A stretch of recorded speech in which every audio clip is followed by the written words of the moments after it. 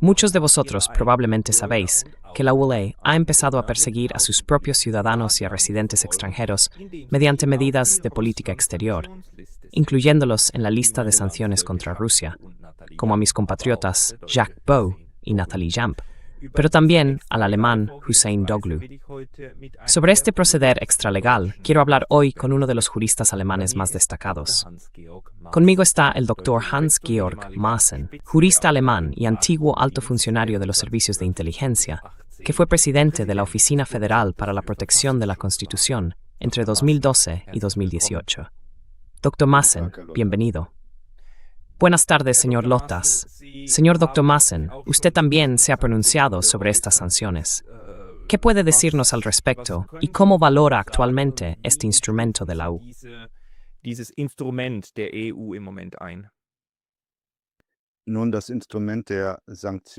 Bueno, el instrumento de las sanciones se desarrolló ya a comienzos de los años 2000, y en aquel momento era comprensible también desde el punto de vista de la política exterior. El sistema funciona de la siguiente manera. El Consejo de Ministros de Asuntos Exteriores y de Seguridad de la UE adopta una decisión por la cual determinados estados y también personas son sancionados. Sancionar significa que los activos en la UE se congelan, ya no se puede disponer de ellos, no se pueden realizar negocios con esos estados o personas, y las personas afectadas, en principio, tampoco pueden entrar en el territorio de la Unión. Se trata, por tanto, de sanciones muy severas que se imponen sin decisión judicial ni audiencia previa. Esa decisión la toma el Consejo de Ministros de Asuntos Exteriores en Bruselas.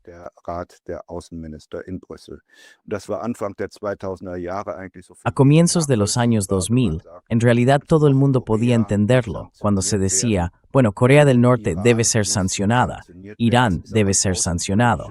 Eso también es un instrumento de política exterior, está muy claro. En última instancia, se trata de lograr que otro Estado cambie su comportamiento mediante una sanción de este tipo, ya sea para que mejore la situación de los derechos humanos en Corea del Norte o para que Irán abandone su programa nuclear. Y en un segundo paso se dijo, bien, si los Estados son sancionados, entonces, por supuesto, también deben ser sancionados Kim Jong-un y Jamenei. No puede ser que se sancione al Estado y que Kim Jong-un siga paseándose en su Mercedes clase S mientras el país sufre.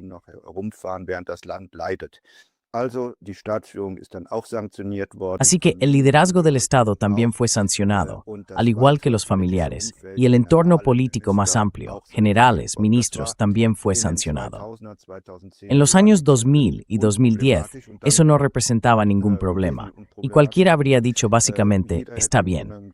En 2022, con la segunda crisis de Ucrania, es decir, la guerra de Ucrania, se sancionó entonces al liderazgo estatal ruso. Antes ya se habían sancionado a algunas personas individuales. Pienso, por ejemplo, en los altos mandos o en el jefe del servicio ruso, a quien después de la primera crisis de Ucrania ya no se le permitió entrar en la UE. Y se dijo, de acuerdo, está bien.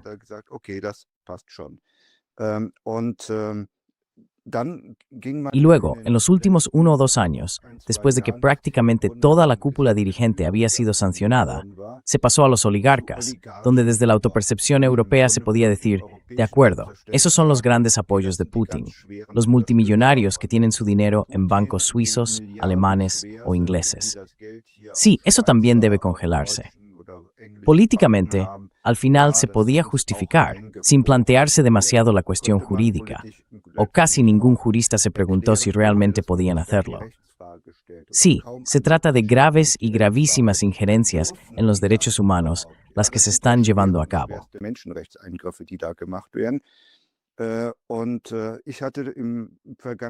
Y el pasado julio me encontré con un buen conocido que había sido sancionado por su estrecha relación personal, es alemán, con Putin. No podía creerlo. Vive en la Selva Negra y me contó que ya no tiene cuenta bancaria. No puede trabajar, no puede poseer bienes, ni siquiera tiene una tarjeta de crédito. Al principio no podía creerlo. Solo su relación amistosa con Putin, porque había trabajado en Gazprom, acabó provocando todo esto. Y luego se fueron conociendo cada vez más casos en público. Usted mencionó al periodista alemán Doku, al periodista de Anti-Spiegel que vive en Moscú, y a una mujer llamada Lieb. Han sido incluidos en la lista de sanciones con el argumento de que difunden desinformación sobre la guerra de Ucrania y propaganda favorable a Putin.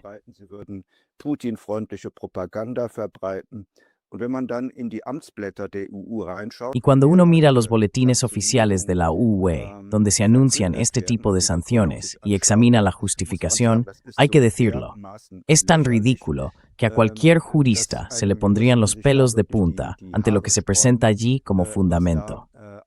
Eso no es una justificación, son fragmentos de texto que en realidad se burlan de lo que debería ser una justificación.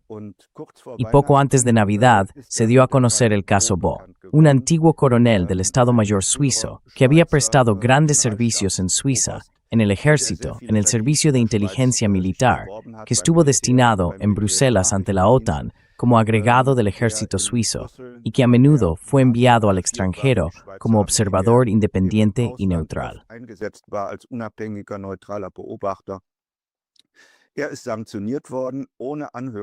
Ha sido sancionado sin una audiencia previa. Sus bienes están congelados. No puede salir de Bélgica, que es el país en el que reside actualmente. Nadie puede darle dinero. Es decir, aunque trabaje, el empleador no puede pagarle porque está sancionado, porque está sujeto al régimen de sanciones. Y debo decir que esto constituye una grave violación de los derechos humanos. Desde el punto de vista jurídico, debo decir que es increíble que una decisión así sea tomada por ministros sin una base legal suficiente. Ningún delincuente grave condenado por un tribunal puede ser tratado de esta manera. Pero estos políticos se arrogan, por así decirlo, el derecho de actuar injustamente y de tratar a las personas de este modo.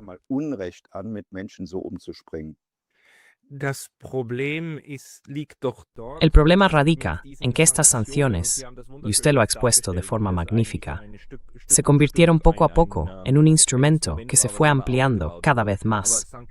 Pero las sanciones son un instrumento de la política exterior y por tanto están también bajo el ámbito de la política exterior de la UE. Por eso, todo el asunto está en manos de los burócratas de la UE, señora Kallas, quienes finalmente elaboran esas recomendaciones, les presentan al Consejo, y este toma la decisión, ante no sin efecto de un proceso jurídico.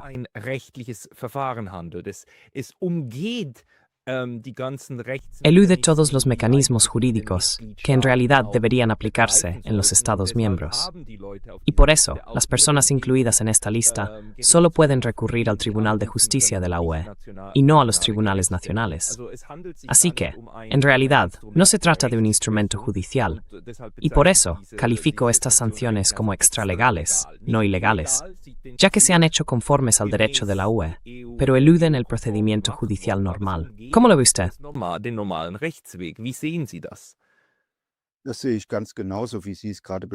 Lo veo exactamente igual que usted lo acaba de describir. ¿Sabe? Sería como si los ministros de Medio Ambiente y de Protección del Clima se reunieran en Bruselas y dijeran, ahora imponemos sanciones contra los negacionistas del clima. Con eso, en última instancia, eluden el derecho penal, el derecho civil. En general, la justicia queda completamente apartada. Si se dice que se empieza directamente desde arriba, que los ministros deciden, ¿para qué necesitamos entonces un poder judicial? Ellos deciden, y contra eso se puede presentar una queja. Así lo dice también la señora von der Leyen. Sí, ¿qué fue lo que dijo en esencia?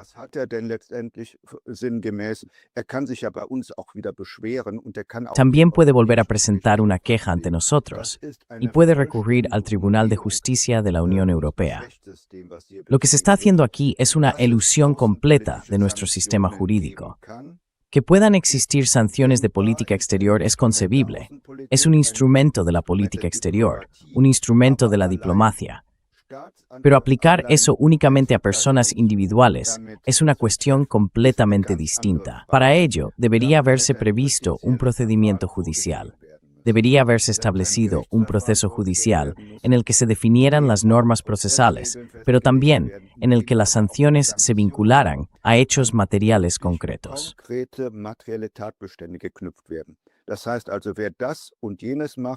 Eso significa, por tanto, quien haga esto o aquello debe contar con una sanción, tal como también está previsto en nuestro derecho penal. También la afirmación que ahora formula la Comisión, que las sanciones no son un castigo, sino que deben conducir a un comportamiento diferente. Nuestro ordenamiento jurídico no contempla que el Estado pueda reeducar mediante sanciones a personas que actúan legalmente. Hay que imaginarlo.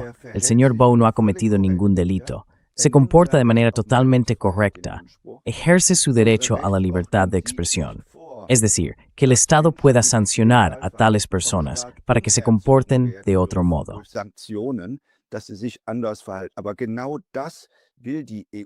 Pero eso es precisamente lo que quiere la Comisión Europea. Y eso, como usted dice, es extralegal. Viola en gran medida nuestros derechos fundamentales y los derechos humanos. Nuestro gobierno federal nunca debería haber aprobado una decisión de ese tipo en Bruselas porque es contraria a la Constitución. Con ello, en el fondo, se está desmantelando nuestro sistema jurídico. Pero dieron su aprobación porque las decisiones se tomaron por unanimidad. Y por cierto, el procedimiento me recuerda a una frase de Jean-Claude Juncker que pronunció hace muchos años, de manera bastante desenfadada. Al nuevo presidente Nayib de la Comisión Europea. Exacto. El antiguo presidente de la Comisión Europea dijo, en esencia, sí, primero hacemos algo y cruzamos una línea roja. Y luego observamos cómo reaccionan los demás. La mayoría no se da cuenta. Y si nadie lo nota, damos otro paso más, y luego otro paso más. Y antes de que se den cuenta, ya hemos alcanzado nuestro objetivo. Y entonces decimos, ¿qué pasa si siempre lo hemos hecho así? Y mi impresión es que también en este procedimiento ocurre lo mismo. Primero se empieza sancionando a los estados. Luego a personas sobre las que muchos dirían que está bien. Sancionar a Kim Jong-un, a la cúpula militar de Corea del Norte. Sancionar a Putin, se diría que está bien, sin pensar demasiado en las posibles consecuencias. Después se da un paso más y se incluye a los ciudadanos con doble nacionalidad que viven en el extranjero.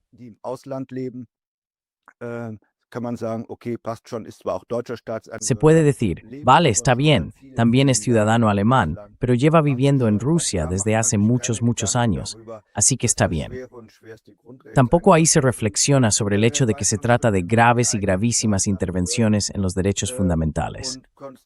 Y luego se da un paso más, se toma a los propios ciudadanos y se construye, hay que decirlo, realmente se construye, como en el caso de Bo, una supuesta cercanía a Putin. Se construye la idea de que se hace propaganda prorrusa.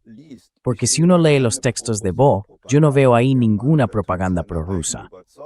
El hombre defiende sus propias convicciones, se puede debatir sobre ello, pero en última instancia no es propaganda. Y aunque hiciera propaganda, tiene derecho a hacerlo, Del mismo modo que también se puede hacer propaganda pro-ucraniana.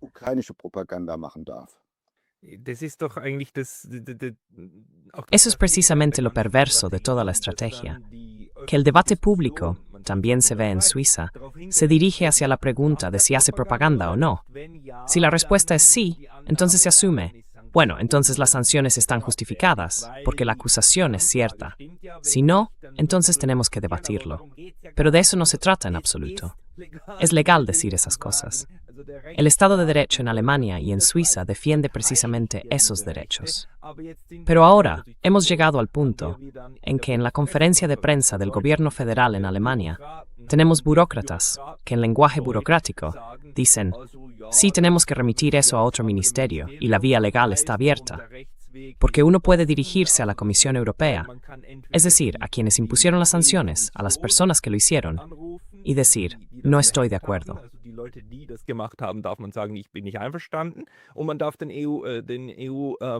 Y se puede recurrir al Tribunal de Justicia de la UE. Pero según me explicó Sandra Hofer, el Tribunal de Justicia de la UE no examinará si esas sanciones conducen a violaciones de los derechos humanos. Solo verificará si la acusación es coherente en sí misma. No se comprobará si la acusación es legítima, es decir, si constituye por sí misma una infracción legal. Eso lo hace aún peor. Incluso el tribunal, mientras no haya una mentira en la justificación, la mantiene, así que puede decir lo que quiera. Así me lo explicó Sandra Hofer.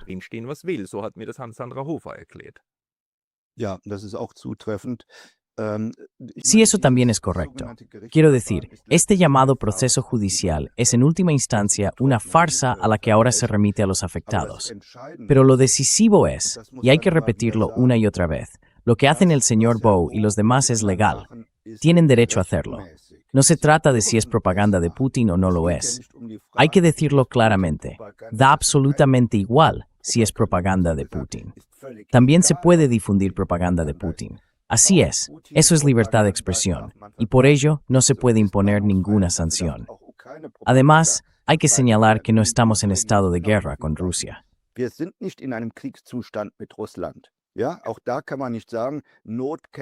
Tampoco se puede decir aquí, la necesidad no conoce ley. Estado de emergencia. Debemos protegernos de la propaganda de Putin. No, aún sostenemos que no estamos en estado de guerra con Rusia. Por lo tanto, ni siquiera se puede declarar un estado de emergencia para restringir la libertad de expresión. Así que lo que está ocurriendo aquí es una grave intromisión en la libertad de expresión.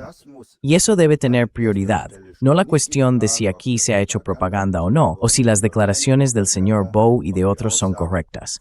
Eso da completamente igual. Lo decisivo es, él puede decir lo que quiera.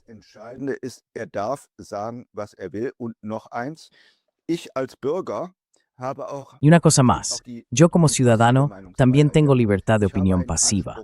Tengo derecho a leer lo que quiero leer.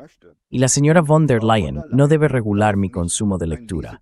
Si quiero leer o escuchar RT Deutsch, tengo derecho a hacerlo. Y lo que hace la Comisión, al restringirme el acceso, es contrario a los derechos humanos. Así que la libertad de expresión no solo significa que pueda expresar o escribir algo, sino que, en última instancia, también significa que puedo formarme una opinión con los medios que deseo consumir. Y esos no deben ser regulados por el Estado.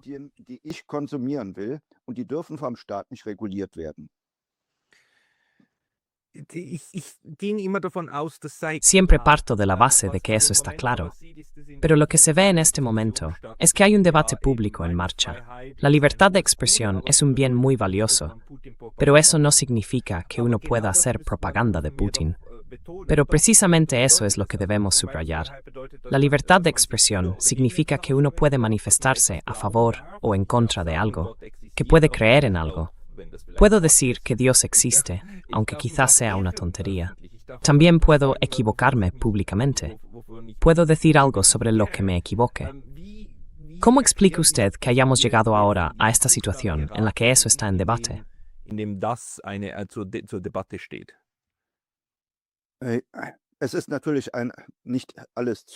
Por supuesto, no todo es casualidad, sino que hay personas que lo planifican.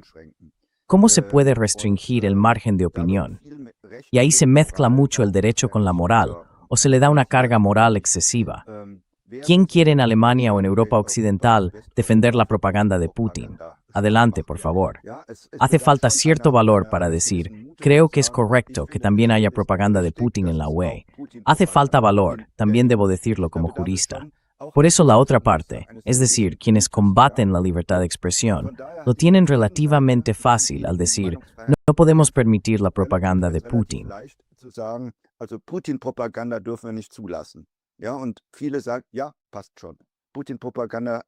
Y muchos dicen, sí, está bien, no debemos permitir la propaganda de Putin. Y una vez superado ese obstáculo, resulta relativamente fácil decir que también se puede restringir la libertad de expresión y que esas personas pueden ser sancionadas. Esta técnica la utiliza el bando contrario, al convertir la propaganda de Putin en un tabú político y moral. Nadie dice, nos parece bien que también Putin pueda hacer propaganda aquí. Pero al convertirlo en un tabú, resulta fácil socavar el derecho en el discurso. Si es tabú, entonces también debe seguir una sanción.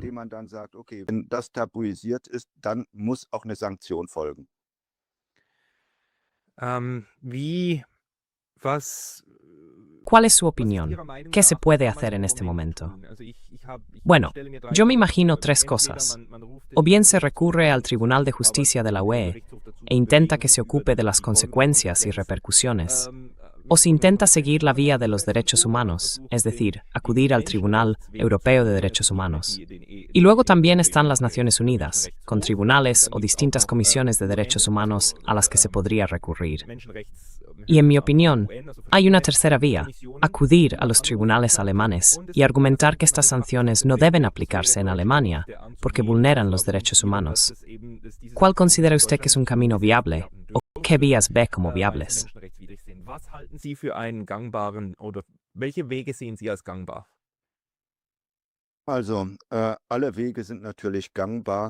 Bueno, todos los caminos son por supuesto viables. Empezaré por el que está más a mano, es decir, lo que ha dicho la Comisión. Se puede presentar una queja ante la Comisión. Es una especie de procedimiento de recurso, sin plazo, sin fruto, probablemente no servirá de nada. El camino hacia el Tribunal de Justicia de la Unión Europea, sí, puede que ese camino tenga éxito. Usted ya ha mencionado antes la declaración de la señora Hofer. En el fondo, no se realiza un examen material, sino que solo se comprueba si se han cometido errores en el marco del procedimiento. Aquí estamos hablando de la dimensión jurídica. Yo siempre he estado en la frontera entre el derecho y la política.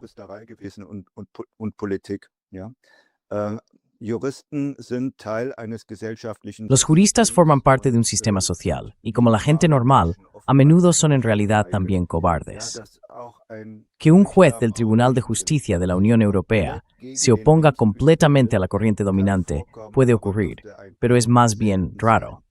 Es decir, si la Comisión Europea, el Consejo de Ministros de Asuntos Exteriores, todos los Estados miembros han participado en la imposición de sanciones, y posiblemente también el abogado general del Tribunal de Justicia de la Unión Europea comparte esa opinión, entonces los jueces del Tribunal de Justicia de la Unión Europea no irán contra la corriente. Puede que ocurra, pero lo considero poco probable. Para cambiar eso, es necesario que ejerzamos presión pública.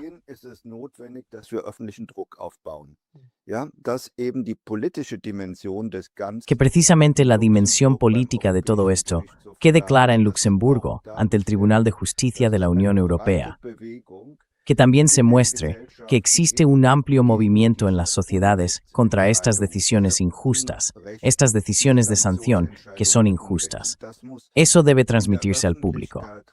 De lo contrario, veo pocas posibilidades. Por eso es importante que hagamos una entrevista. Por eso es importante que existan estas campañas de recogida de firmas, que quizá al final no consigan, por supuesto, lo que algunos esperan, que los políticos digan, sí, claro, lo hacemos, lo aplicamos así, se revoca la decisión. Lo decisivo es que se despierte una conciencia pública sobre el problema.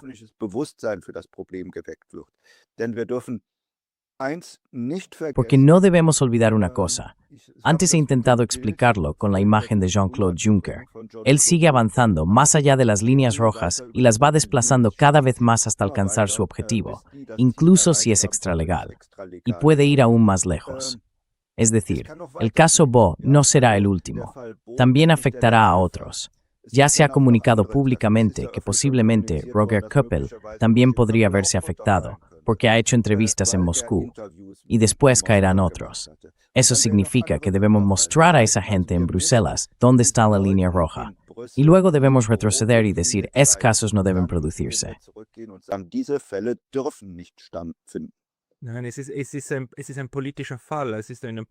No, es un caso político. Es un hostigamiento político. Y lamentablemente no puede abordarse realmente por la vía legal, por muy grave que suene. Pero lo peor del Tribunal de Justicia de la UE POPUE es que incluso si finalmente declara que la sanción basada en ese motivo fue ilegal, la Comisión Europea puede cambiar la justificación en cualquier momento. Y tenemos ese caso. Hay dos oligarcas rusos, empresarios rusos, que ganaron su demanda. El Tribunal de Justicia de la UEME dijo que era inválido. Entonces la Comisión Europea simplemente utilizó otra justificación y por eso siguen hoy en esa lista. Así que estamos completamente expuestos a la arbitrariedad de la Comisión Europea. Me pregunto cómo es posible que los 27 Estados miembros digan que sí a eso, pero esa es otra cuestión. El hecho es que si dicen que sí, es muy difícil oponerse.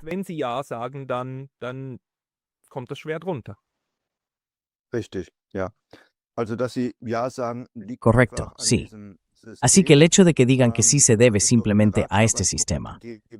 Habrá un grupo de trabajo del Consejo, me imagino, un sistema de sanciones por debajo del Consejo de Ministros de Asuntos Exteriores, en el que posiblemente también participen colegas de los respectivos ministerios de justicia. Pero creo que, como ya hemos señalado, se trata de una medida diplomática, una sanción de carácter político y de política exterior. En ese grupo de trabajo del Consejo estarán presentes funcionarios de los respectivos ministerios de Asuntos Exteriores. Ellos prepararán un borrador de decisión. Y hay que imaginarlo así. Cuando esos 27 o 26 se sientan juntos, se conocen, se caen bien, conocen a los funcionarios de la Comisión Europea, no van a atacarse ni a criticarse entre sí.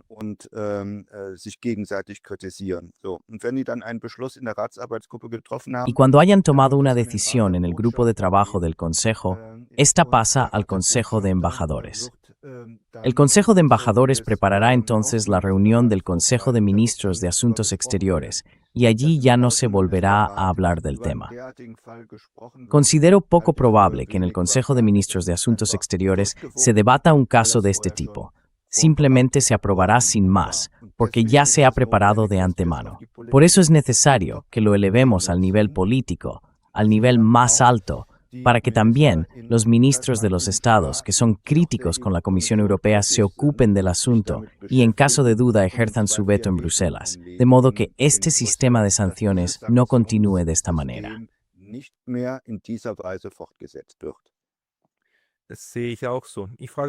Yo también lo veo así. Sin embargo, me pregunto si puedo volver sobre el tema, es decir, seguir la vía estatal. ¿Hay algún tribunal en Alemania al que Hussein Logo pudiera acudir y decir, por favor, intervenga? Es decir, quiero plantear un caso en el que el tribunal decida que esas sanciones no pueden aplicarse. ¿Existe esa posibilidad?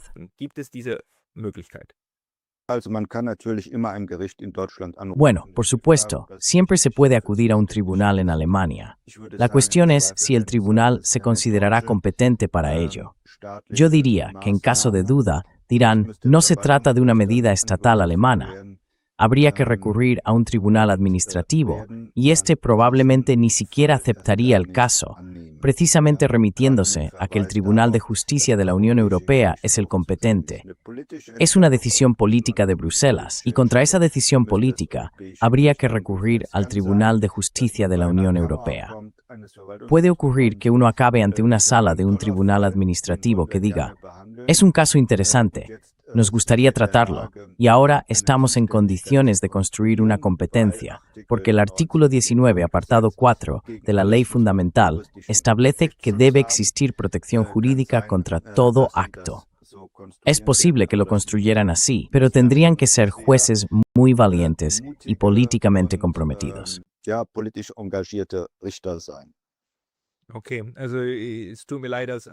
Vale, lo siento, pero como no soy jurista, simplemente no sé cómo se comporta el sistema.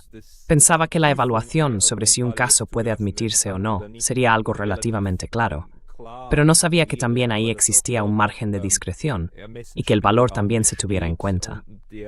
Pero bueno, así es en este caso.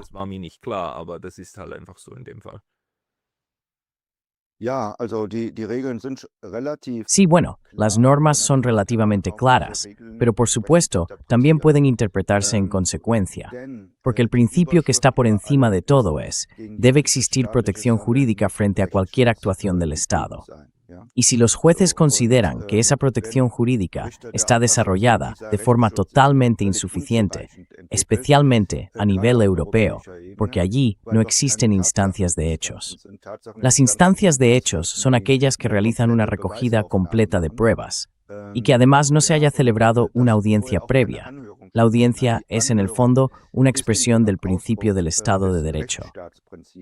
Puede ocurrir que un juez diga, de acuerdo, a nivel europeo no existe una vía judicial equivalente al artículo 19, apartado 4, así que lo hacemos nosotros. Puedo imaginar que se construya así. Pero como he dicho, se necesitan jueces que también quieran hacerlo y que tengan el coraje político para hacerlo.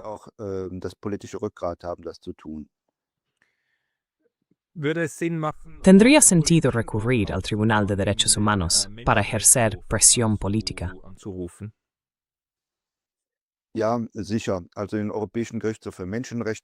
Sí, claro. Se puede recurrir al Tribunal Europeo de Derechos Humanos.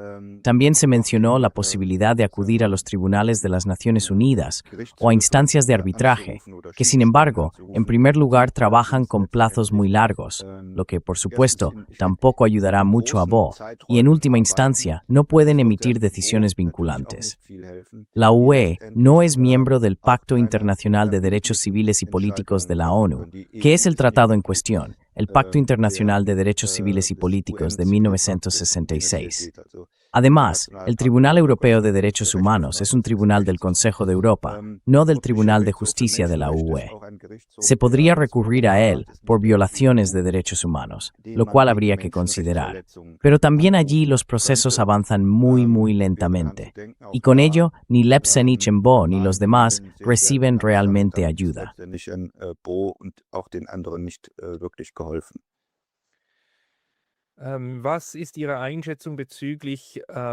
¿Cuál es su valoración respecto a los ciudadanos extranjeros? Un caso especial en el de Bo es que él es suizo y Suiza no forma parte de la UE. Otra compatriota mía, Nathalie Jamp, también es suiza. Ella también ha sido sancionada. En este momento se encuentra en África y no puede regresar a Suiza debido a estas sanciones, ya que el sobrevuelo está prohibido, lo cual en realidad también constituye una violación del derecho internacional, pues todo ciudadano tiene derecho a regresar a su país. ¿Cómo valora usted esta situación? Porque en origen, las sanciones eran o son un instrumento de política exterior destinado a afectar a los extranjeros.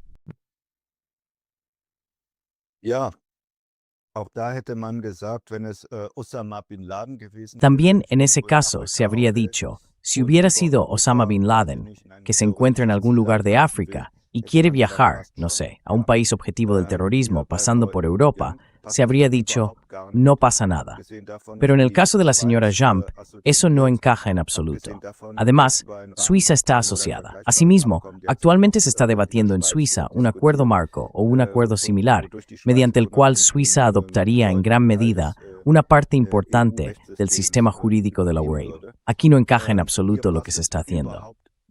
Y en cuanto a la señora Jamp, a quien se le niega el regreso a Suiza, se trata en cualquier caso de una grave vulneración de sus derechos y libertades fundamentales.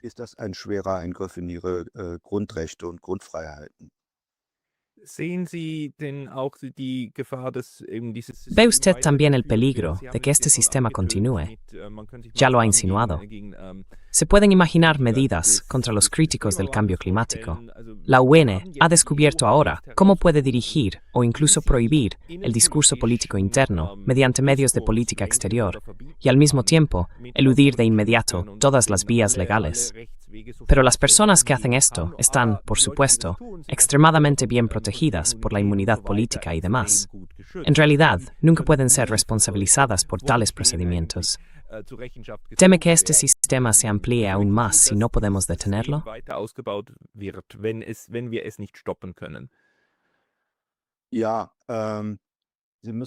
Sí, mire, ya lo dije antes, algunas cosas ocurren por casualidad, pero la mayoría menos de lo que uno piensa.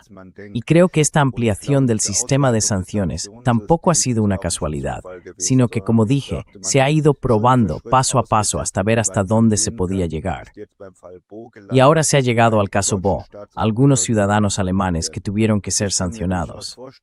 Puedo imaginarme perfectamente que si no hay resistencia pública, simplemente se seguirá adelante.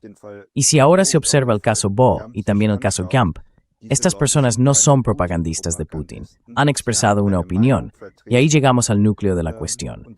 ¿Por qué?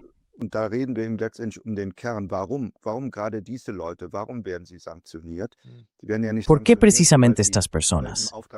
¿Por qué se les sanciona? No se les sanciona porque difundan cierta propaganda por encargo de Putin, sino porque, por ejemplo, el señor Bo es un militar de renombre, con un alto grado de experiencia, reputación y credibilidad en lo que respecta a su análisis de los acontecimientos en el campo de batalla de Ucrania. Conoce muy bien al ejército ruso, ya que como oficial de inteligencia militar ha trabajado sobre Rusia. Es decir, cuando se pronuncia sobre la guerra en Ucrania o comenta la capacidad del ejército ruso, sus palabras tienen un grado de credibilidad mucho mayor que si lo hiciera cualquier periodista o político.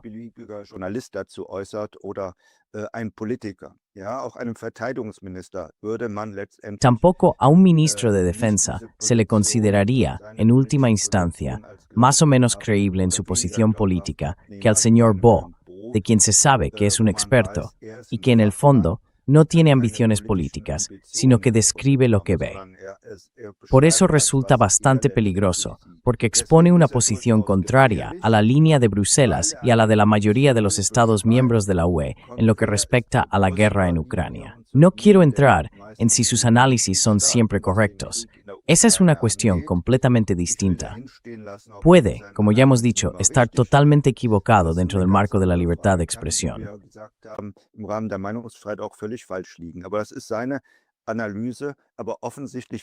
Pero ese es su análisis. Evidentemente se considera peligroso. Es una opinión peligrosa y es una persona peligrosa, porque no es cualquiera, sino alguien que en última instancia puede obstaculizar la política de la UE hacia Ucrania. Y por eso se le sanciona. Es decir, el punto de partida fue una supuesta propaganda prorrusa. En el caso de la señora Jump, la situación parece algo diferente. Al parecer también se ha expresado de forma crítica sobre la guerra en Ucrania, pero aún más crítica respecto a la actuación de Francia en Costa de Marfil. Ese es al parecer el país del que procede. Es ciudadana suiza, pero con raíces en Costa de Marfil.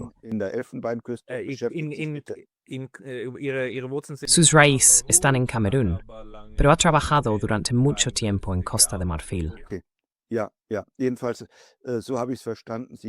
De acuerdo. Sí, en cualquier caso así lo he entendido. Ella se ocupa del neocolonialismo de Europa en África. Y mi impresión es que esta mujer es, también debido a su compromiso político, una figura realmente relevante que políticamente, digamos, puede entrar en conflicto con algunos estados europeos. Y por eso ha sido sancionada. Es decir, aquí se sanciona a ciudadanos, en este caso a ciudadanos suizos, porque ya sea por su reputación política, su gran experiencia, su capacidad de análisis o su compromiso político, entran en conflicto con determinados estados miembros o con la UE. Y eso no debería ocurrir. Y para responder a su pregunta, existe el riesgo de que en el futuro suceda algo similar y que esto siga desarrollándose. Que si uno entra en conflicto con la UE en la cuestión de Groenlandia, en la cuestión de Estados Unidos o en otros temas, acabe dando motivo para ser sancionado.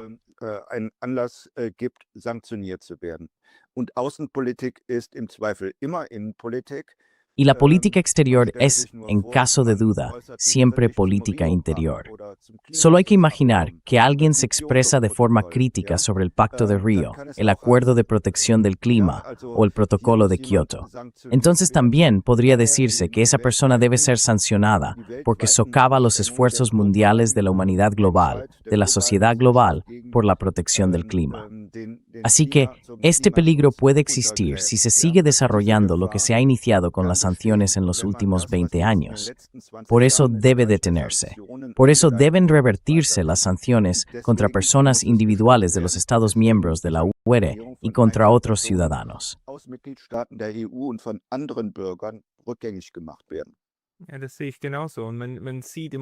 Sí, lo veo exactamente igual.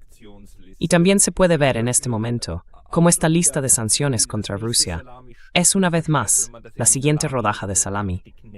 En Suiza lo llamarían la táctica del salami, porque se corta trozo a trozo hasta que no queda nada.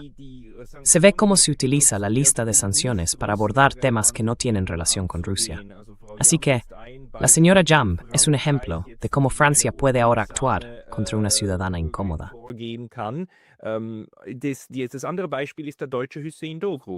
El otro ejemplo es el del alemán Hüseyin Doğru, que en su mayor parte ha trabajado sobre Palestina, es decir, se ha expresado principalmente sobre ese tema, pero que ahora, aún así, aparece en la lista de sanciones contra Rusia.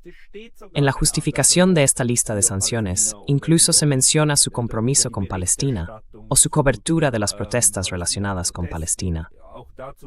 Uno puede pensar lo que quiera al respecto, pero el hecho de que esa cobertura aparezca en una justificación, que en realidad debería tener que ver con Rusia, simplemente desafía la imaginación. Y precisamente por eso es tan difícil explicárselo al público, porque suena tan absurdo. Pero es que es así de absurdo.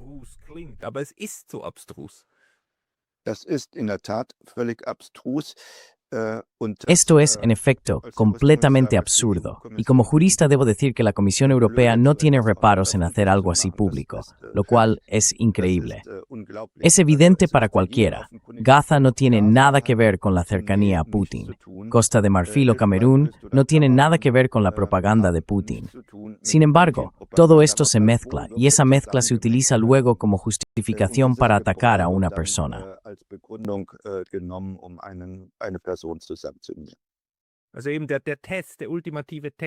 Así que la prueba definitiva que está teniendo lugar en este momento, si seguimos su explicación, es si la población en general de la UMN acepta que la dirección de la UMN dispone de un instrumento de castigo absoluto que no está sujeto ni a revisión ni a recurso legal y que puede basarse en lo que uno quiera. Es válido. Así que creo que esa es la cuestión, ¿no?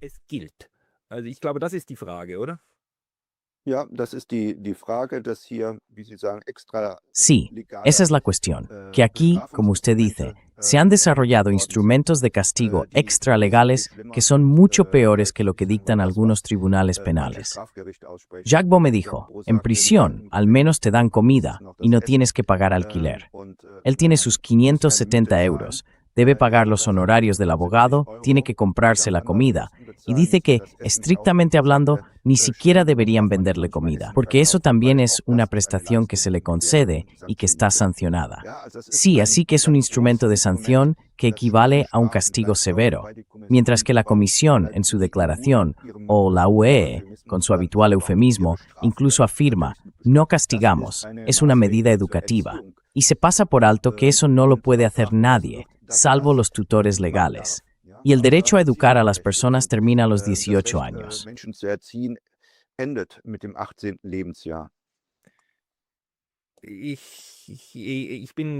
En parte, me quedo simplemente sin palabras ante el hecho de que algo así esté ocurriendo.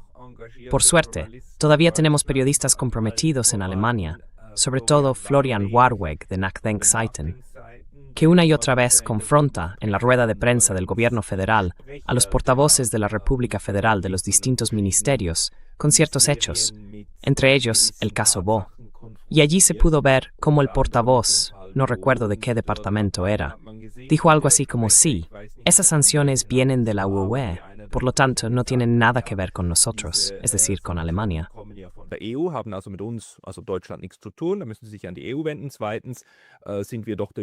Debe dirigirse a la UE. En segundo lugar, estamos convencidos de que la OMS actúa correctamente en este caso, y cualquiera que haga propaganda debe andarse con cuidado. Además, se está comunicando públicamente.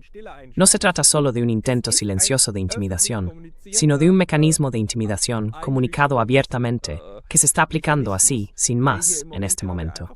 Y si eso es percibido o no por la opinión pública, probablemente será eso que la UE observat.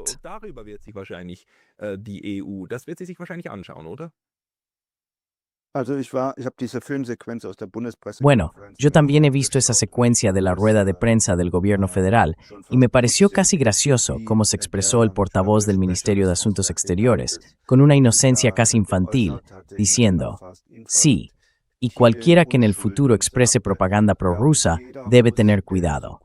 Puede ser sancionado igualmente. Creo que esa persona incluso cree que eso está bien. Y no puede imaginar que uno tenga derecho a difundir propaganda prorrusa. Yo tengo un derecho legal a difundir propaganda prorrusa, si quisiera hacerlo. Sí, para eso tenemos una constitución. Para eso existen los derechos humanos. También se puede difundir propaganda a favor de Ucrania.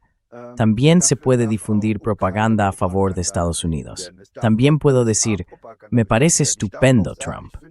Eso también forma parte de la libertad de expresión. Das fällt unter die Meinungsfreiheit. Aber dass ein Spitzenbeamter, und so sehe ich den Pero que un Pressesprecher des alto Auswärtigen funcionario, Amtes an, y así veo yo al portavoz del Ministerio de Asuntos Exteriores, actúe como si fuera completamente normal prohibirle a alguien expresar una propaganda o una opinión en ese sentido. Eso es realmente, diría yo, impactante. Me pregunto dónde quedó en toda su formación, porque supongo que hizo el bachillerato y que algo habrá estudiado, cualquier noción sobre los derechos y libertades fundamentales.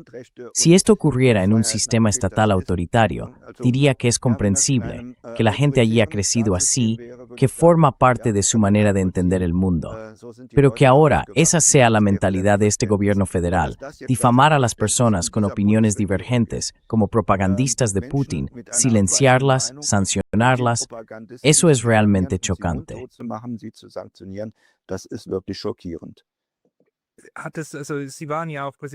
Usted también fue presidente de la Oficina Federal para la Protección de la Constitución. ¿Eso no tiene ninguna repercusión en la protección constitucional? Porque aquí se está anulando un derecho fundamental de la Constitución alemana.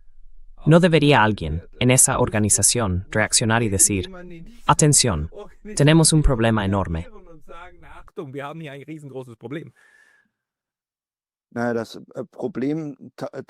El problema aparece ahora también, diría yo, en el Ministerio de Asuntos Exteriores, en el Ministerio de Justicia y en otros ministerios donde ya hace tiempo se debería haber dicho, aquí algo se está yendo completamente de las manos.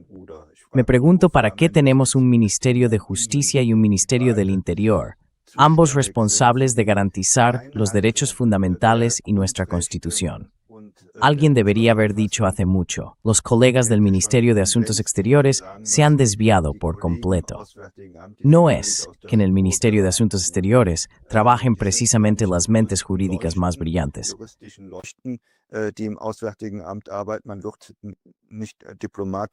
Uno no se convierte en diplomático por ser un jurista destacado, sino porque posee otras cualidades. Ya se debería haber dicho algo hace tiempo, pero no se hizo.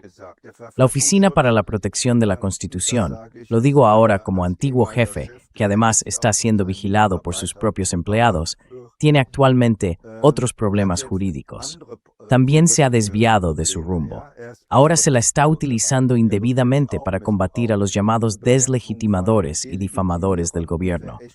En Alemania, algo así sería en realidad completamente impensable.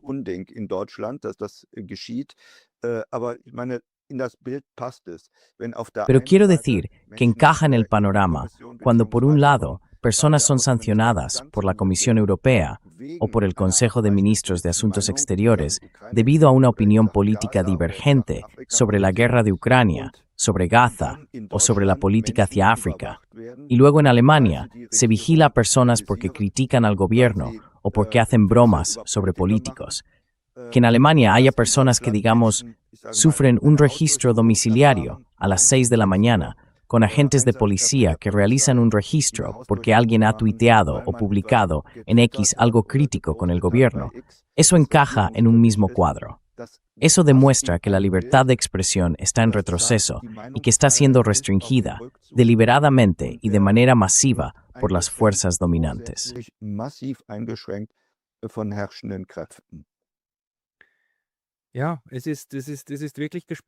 Sí, es realmente inquietante, porque en realidad pensaba que en Europa habíamos desarrollado mecanismos para defendernos de eso. Y vuelvo al tema. Alemania.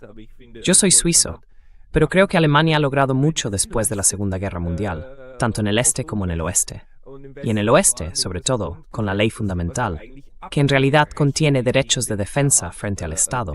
Es decir, para poder decir, no, algo como el nacionalsocialismo no nos volverá a ocurrir. La ley fundamental es, ante todo, el derecho del ciudadano frente al Estado, mantener al Estado a distancia y garantizar los derechos de los ciudadanos. Pero ahora, parece que eso ha sido desmantelado de manera muy astuta desde arriba.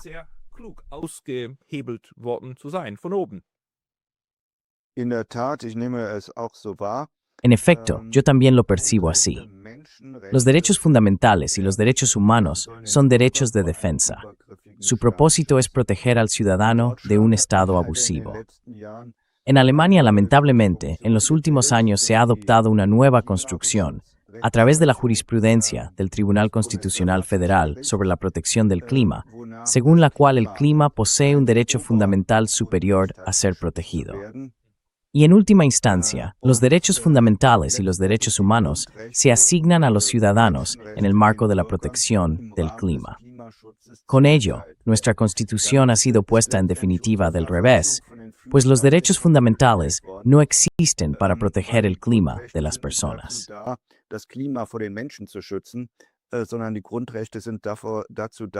Sino que los derechos fundamentales existen, ya que históricamente se remontan al nacionalsocialismo para proteger a los ciudadanos de un Estado abusivo y también de jueces abusivos. Lamentablemente, los jueces se han convertido también en parte del problema y ya no en parte de la solución. Esta evolución ha seguido intensificándose en los últimos años y ha conducido a esta erosión de los derechos fundamentales. Usted ha señalado con razón que la ley fundamental fue redactada también como una ruptura con el nacionalsocialismo. No hay que olvidar algo. Lo digo porque he enseñado derecho durante muchos años. No importa lo que esté escrito en la Constitución.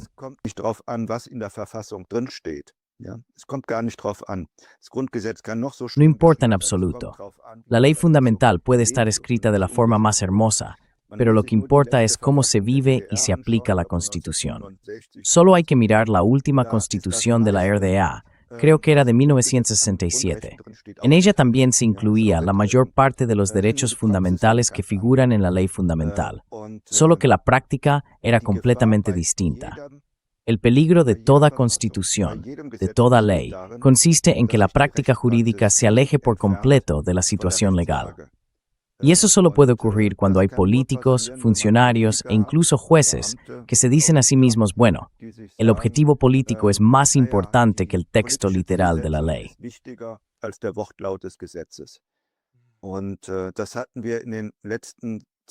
Y eso lo hemos visto una y otra vez en los últimos 20 años en Alemania y en Europa, donde se ha doblado la ley hasta casi romperla.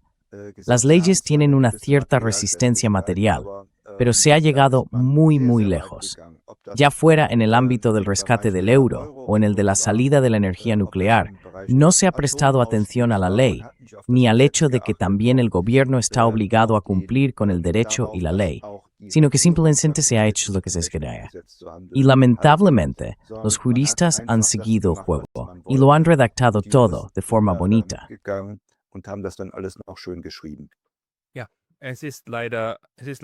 Sí, lamentablemente es así. Las normas solo tienen un poder real cuando la gente cree en ellas y quiere aplicarlas. Y por desgracia, en este momento estamos en un proceso en el que las normas del derecho en sí se están poniendo patas arriba.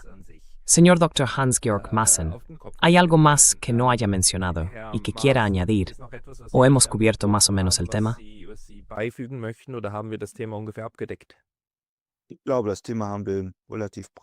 Creo que hemos tratado el tema de forma bastante amplia y todos debemos estar atentos a cómo evoluciona en los próximos meses.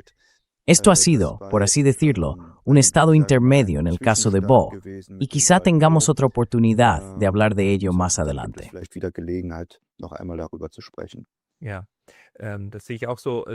Sí, yo también lo veo así. También depende de quién empiece ahora a pronunciarse en contra. Y eso se puede hacer de diferentes maneras. Se pueden escribir cartas, correos electrónicos, se puede asistir a manifestaciones. Solo quiero decir, es un problema político que debemos abordar juntos mediante acciones políticas. Señor Maaßen, para las personas que quieran leer más de usted, ¿hay algún lugar, un blog, donde publique sus escritos?